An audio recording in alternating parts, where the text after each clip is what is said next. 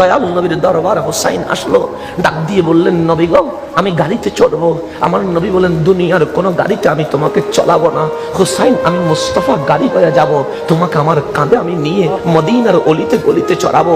ডান কাঁধে হাসান, বাম কাঁধে হুসাইন, মুস্তাফা রাহমাতুল্লিল আলামিন সাল্লাল্লাহু আলাইহি ওয়াসাল্লাম মদিনার অলিতে গলিতে হাঁটছে। ফারুক আযম দেখছে আজ কি অবস্থা, যে রহমতুল্লিল আলামিনের জিসমে আতহারে কখনো মশা বসে নাই, কখনো মাছি বসে নাই, সেই জিসমে আতহারের ডানে হাসান বসে আছে, বামে হুসাইন বসে আছে।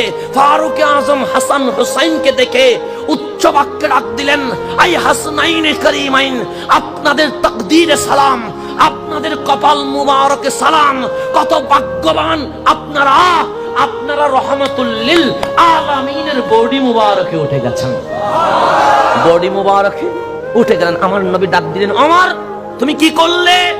নবীরে